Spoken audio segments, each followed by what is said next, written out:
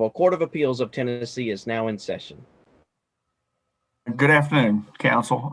Before we have Mr. Hivner call the case, just comment, if we should have, we don't expect any, but if we should have a technology problem of some way, we will take a short pause and work through it and start back up. Mr. Hivner, call the case, please. Alvin Mack et al. Versus Baptist Memorial Hospital et al. We'll hear from the appellant. Yes, this is Attorney Tootin on behalf of the appellant. I've requested 3 minutes rebuttal. I'm here from Shelby County. Briefly, just to give a small background as relates to this case, this is a healthcare liability case in which the plaintiff, Ms. Daryl Rush Mack, is now deceased. And it is our contention that there was medical negligence which led to this cause of action. Now, the appellees, which was the doctor as well as the hospital, filed motions to dismiss. The arguments on the motion to dismiss was heard in August of 2019, and it was our anticipation that the court would have a ruling in August of 2019. What ultimately ended up happening was on December 20th of 2019, there was an order entered granting the dismissal for a couple of reasons. As it relates to both appellees, the position by the court was that there was an affidavit of compliance that was filed within 4 months, but not at the time of the complaint. So the complaint was filed January 22nd, 2019. And the affidavit was May 16th, 2019. And the court basically concluded, if I understand the order correctly, I do believe the court agreed with the appellant in that substantial compliance is required. But from what I gather from reading the order is that the delay in filing the affidavit of compliance failed to be substantial compliance is the best I could gather from that. Then as it related to the hospital, the court also concluded that there was an intentional delay, which then therefore did not toll the statute of limitations. And that basically allowed that was the basis, my understanding of the ruling. The appellant ultimately filed a motion to set that aside because the order was not received timely. By the time that the appellant received it through plaintiff's counsel or appellant's counsel, it was after the 30 days had run. But without even getting too deep into that argument, the motion to set aside was filed and granted in large part because the court concluded and was able to determine that the order was not sent out until December 26th of 2019. The court concluded that in her order. The trial court determined that was an unrefuted fact. That was something the trial court knew firsthand. And so that the certificate of service page that represented that it was mailed out December 20th of 2019, the court knew that to be false. And the court also concluded that that delay was an unreasonable delay. And therefore it was set aside. And then an appeal came from that. And that's how we're here now. When reviewing the appellee's response, it seems as if they're suggesting or arguing, if I'm gathering their arguments correct, that the judge did not have authority to set aside an order that the court knew on its face had inaccurate information on it. Keep in mind the certificate of service page is clearly a part of the order and it's a part of the record. It's what we are all relying on to determine whether this information is accurate, when something happened, when something didn't happen. It appears as if the appellees are arguing, even though we all know that this wasn't sent out on time, because of course there's disputes as to when appellant's counsel received it. And I know they're not conceding when I said that I received it, but setting aside those arguments and focusing on what is not in dispute, if this order was sent out, which we know was sent out, or at least stamped to be mailed out December 26, 2019, in between those two holidays, and the court concluded that that delay is unreasonable, it appears as if opposing counsels are arguing, although that happened, the court still had no authority to set the order aside. So one of the arguments— Counsel? Yes. Tell me again, you said it, but but I didn't catch it.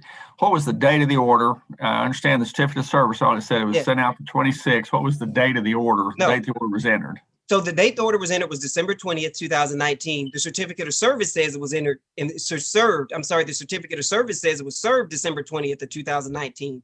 The court was able to ascertain that it was stamped to be sent out December 26th of 2019, and that delay was unreasonable. The court put that in the order, setting it aside. All and right. So 6 days. yes. Okay. And so, and if you look even at the time the motion to set aside was filed, it was within 30 days of that time period. But let alone the motion to set aside, you have to do it within a reasonable time. But again, the concerns and a couple things that I want to point out that is spelled out in the brief, so I won't spend tremendous amount of time. But Rule 60.02 specifically allows for when there is a mistake, surprise, neglect, or misrepresentation, it allows this rule to be relied on to cure the order. When you look at the opposing counsel's arguments, they seem to focus on the appellant and appellant's counsel saying, well, appellant's counsel didn't prove clear and convincing evidence that appellant's counsel made a mistake that was a reasonable mistake or reasonable excuse. What it appears that they're absolutely ignoring is that the mistake that is being relied on was the fact that the clerk of the court did not send this out until to the 26th, a time frame that the court had in its discretion, had its authority to conclude was unreasonable. So all this argument that they've spent excessive amount of pages, they could have saved a tree in the process of pointing on what did the appellant's counsel do. That was not what the court focused on. The court did mention and highlight that I also did not receive it when I did not receive it timely. However, to the extent that that argument is set aside, the mere fact that it never went out when it said it did, that at obvious was a mistake in a misrepresentation. That certificate of service is clearly a part of the order. The certificate of service is not a standalone document. It's clearly part of the order. Also, Rule 60.01, as I referenced in one of my responses, the court had the authority sua sponte. If I filed absolutely nothing, the court sua sponte had a right to correct any judgments, orders, or any other parts of the record where they know that there's a mistake or that there's a correction that needed to be made. Once the court realized that this is an issue and it affects when appellants would have received this information for the purpose of appealing, and the court knows for a fact that information is incorrect, and the record is now containing that inaccurate information, the court sua sponte could have done this. I also seem to have read some arguments, if I'm recalling correctly, that the clock continued to run, and so this issue is time barred. So it sounds like opposing counsel is saying, well, even if those mistakes happen, the clock continued to run, so then the appeal is time barred. Well, once the order is set aside, the motion to set aside was done in a reasonable time. Whether the clock continued to run, quite frankly, is irrelevant, because once it got set aside, then there was a new order entered, and that cured any arguments of that issue to the extent that is a legitimate issue.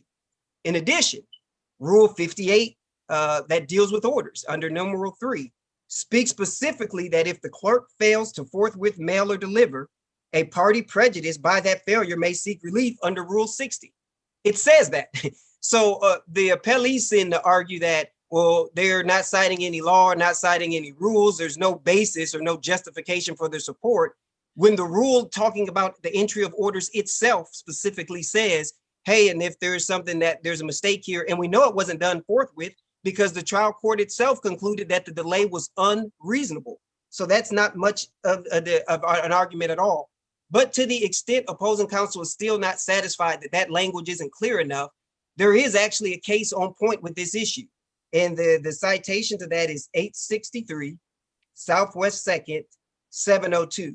And on page 705 of that case, I'm just going to read it. Yes. Well, let me, is that case, is it cited in your brief? It is not. Okay, well, if you would send a letter to the clerk Okay. and to opposing counsel, and Okay. just put the style of the case, Okay. and no argument about it, but just No, just all right. Okay, I will go ahead. do that. And I'm just going to read the quote directly. We believe that under the rationale for Rule 58, a judgment which is not actually served on a party within a reasonable time after it has been filed, even though it contains a certificate of service, is not a final appealable order. So I don't really know what there is left to argue on that issue. Let me ask you, what was the delay in the case that you just cited? On that case, my understanding was that the order was never served to the parties at all. And I want to say an argument, as they conceded, it had a certificate of service and it was never even sent. And so what the court did was they made a holding after they went through that analysis.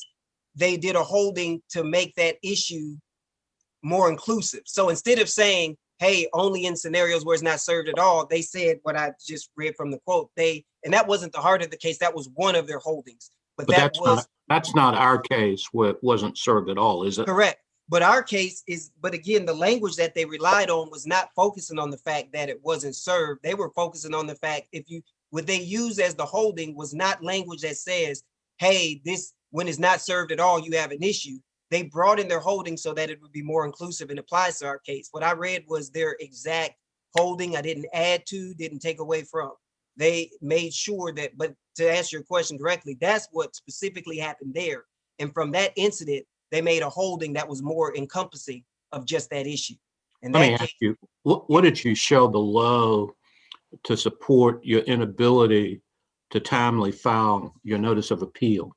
I attached the actual letter that I received that had the stamp of December 26, 2019. And then during the argument, the court informed all of our counsel on the record, all attorneys on the record. She also checked with the clerk and confirmed that was accurate.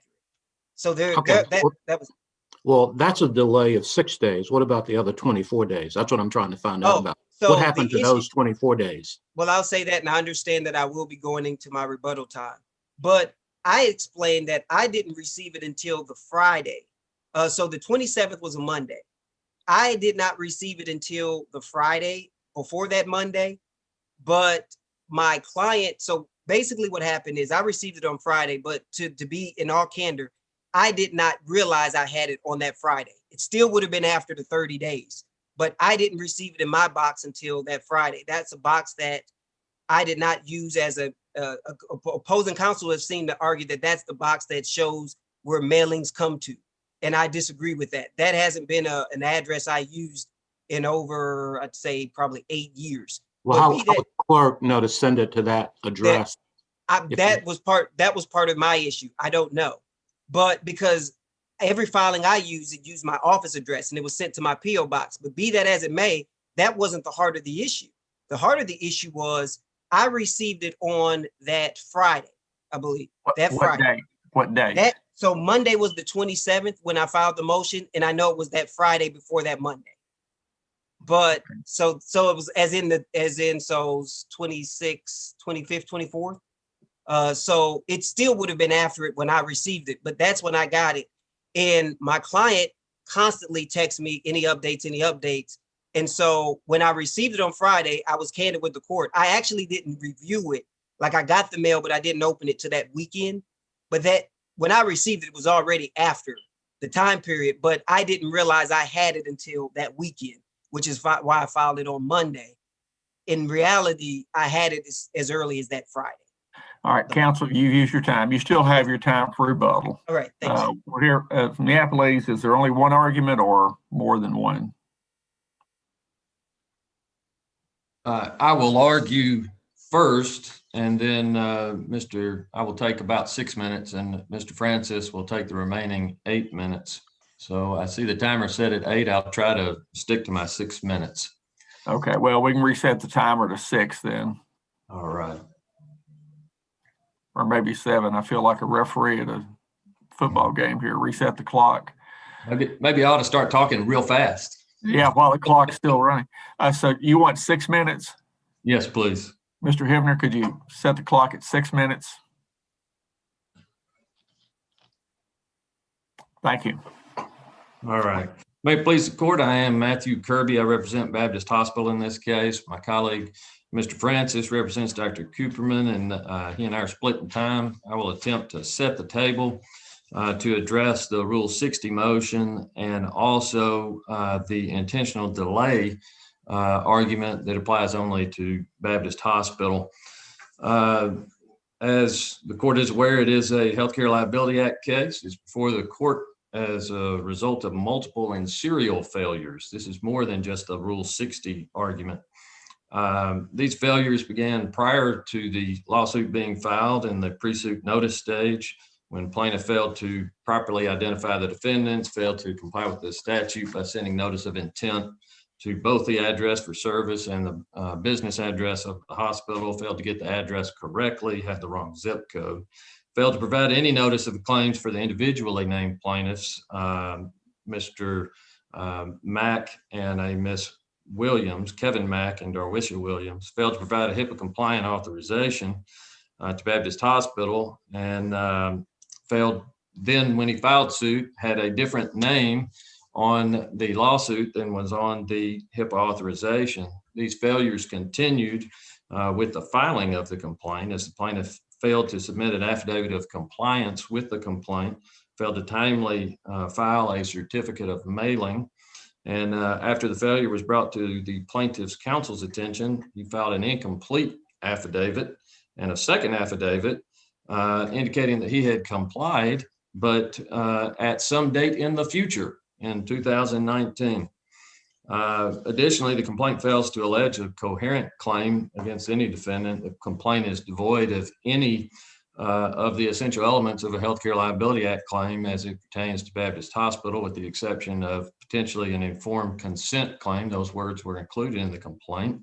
And that, as a matter of law, is not applicable to a hospital. After filing the complaint, plaintiff waited and intentionally delayed service as to Baptist Hospital. The failures continued to pile up even after the court dismissed the action, when the plaintiff then failed to timely appeal the grant of the motion to dismiss the action. And that led to the 60.02 motion. Since that is a jurisdictional matter, in that if the court was wrong, trial court was wrong in granting the 60.02 motion, then this court would no longer have jurisdiction, as the case would be dismissed and the judgment would have been final. I'll just deal with that one first. First, I will address a few of the arguments raised by plaintiff's counsel. One is the Rule 60.01 argument. The first time that was ever raised was on appeal. It was not raised at the trial court level. His motion was a Rule 60.02 motion. Secondly, the Rule 58 is pretty express in that it only applies if a party requests that they be provided a copy by mail, and there is no evidence of that in the record. Excuse me, counsel, are you saying that there is no requirement under Rule 58 that he get a copy of the order? Perhaps I misunderstood you. Sure. A plain reading of Rule 58 establishes that a Rule 60 motion may be sought if, after a party requests that the clerk mail a copy of the order and the clerk fails to do so. That advisory commission comment for the 2005 amendment to Rule 58 explains upon request, the clerk is to mail forthwith a copy of the judgment to all concerned. Wait a minute. Let's get the basic understanding here. Isn't a party entitled to a copy of an order that the court enters? Sure, he's entitled to obtain a copy of the order. There's no question about that. The question is applicability of the Rule 58 and the argument. Again, that was not raised until hold on. What do you think Rule 58 means? Well, certainly a party is entitled to a copy of an order. Yes. But it says that a Rule 60 may be sought if, after a party requests that the clerk mail a copy of the order to the counsel and the clerk fails to do so. If a party, I think Rule 58 is abundantly clear that unless and until Rule 58 is complied with, that is specifically that a judge signs the order and that someone, either all attorneys sign the order or there's a certificate of service to all the parties signed by the appropriate person, you don't have an order. Well, and that certainly occurred in this case. The breakdown was that the plaintiff's counsel did not maintain an accurate address. There is the 6-day delay. There was a copy of the order that was sent to plaintiff's counsel. And in the record, it shows, it is reflected that the address that plaintiff's counsel maintains with the e-file service is the address to which the clerk mailed it. And so that is the breakdown. You are correct, Your Honor, that an order becomes final when the judge signs it, and then it is mailed, and the clerk states that it is mailed, and that occurred in this case on the 20th. Let me ask you, Mr. Kirby, what was the address shown on the complaint filed by the plaintiff? Yes, the address on the complaint is the Viceroy or Vicary, I'm not sure how it's pronounced, address, and it is different from the address that plaintiff's attorney maintains on the e-file system. Okay. The going on with the Rule 60 motion, Counsel. Yes. You've used your time. 6 minutes goes very quickly. It does. Thank you. Yes, it does. We'll hear Mr. Francis. Good afternoon, Your Honor. Waiting for the time to get set up. May it please the court, my name is Hugh Francis. I'm here on behalf of Dr. Cooperman. I think the first issue that I'd like to address here is the issue that seems to be the main one that's been discussed this afternoon, and that's that the plaintiff has filed an untimely appeal in this case. The order of dismissal in the case was signed by the judge on the 20th of December. It was signed by the clerk on that same date, and the postmarked on the envelope indicates it was sent out on December 26th of 2019. And the plaintiff did not file a notice of appeal within 30 days. 30 days of what, counsel? I don't believe of either, Your Honor. I don't believe it was within 30 days of the December 20th signing or the 30 days from the December 26th mailing. Okay. And I believe. What would be the 30 days? When would be the 30th day of the December 26th mailing?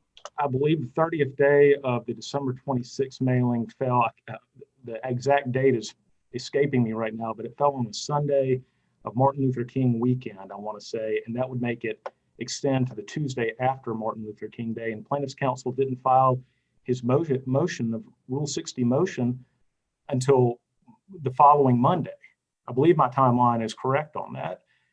And I have counted the days, and that doesn't quite add up with what I have counted. Now, I could be mistaken in the days. Let me see if I can count them right now, Your Honor. The date I have is Saturday, January 25th of 2020, but the plaintiff filed his, that's from the 30 days from the December 26, 2019 calculation. The plaintiff, therefore, I believe, I'm escaping the date that he filed his motion for Rule 60 relief, but the court granted that motion for Rule 60.02 relief without, in the absence of any clear and convincing evidence suggesting otherwise. Okay, let's deal with the proper filing first, and then we'll get into that. I'm looking at the trial court's order, and the trial court said, I think there's a typo in the order, but it said, essentially, the court entered an order granting the motion to dismiss on December 20, 2019. Order was not mailed by the circuit court clerk's office until December 26, 2020 is what it says, but I'm assuming it meant 2019. A motion to set aside the final order was filed on January 27th, 2020. Correct. Okay, was the 27th the first day after the Martin Luther King holiday? The Martin Luther King holiday that year fell on January 20th of 2020, Your Honor. Okay, so there must have been a miscalculation on the 30-day timeline. But in any event, Rule So 60. let me, just a moment, please. Yes, Your Honor. So what I'm trying to establish is, assuming we work from the December 26th filing date, just for discussion purposes here, was the motion to set aside, if it was filed on January 27th, was that within the 30-day period?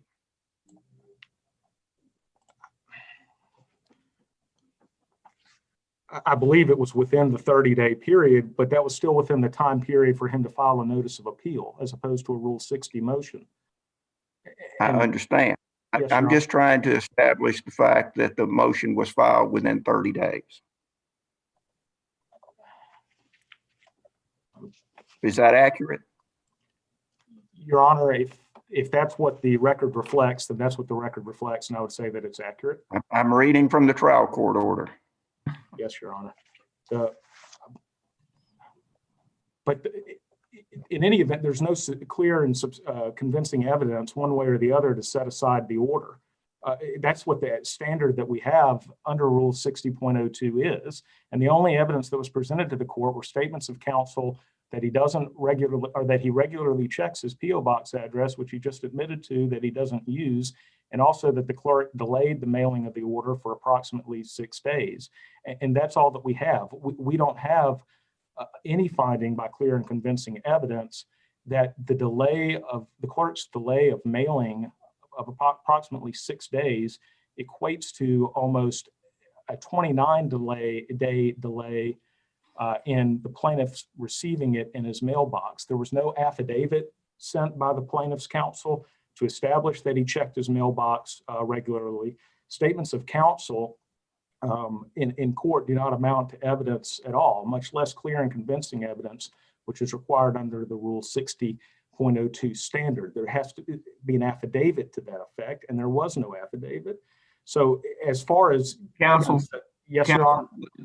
sorry, but what are we to do though with the trial? The trial court did make a finding that 6-day delay was unreasonable. Is that correct? I do not believe the word unreasonable is used in the trial court's order granting the motion to set aside. The order states that the mailing was longer than acceptable. Acceptable.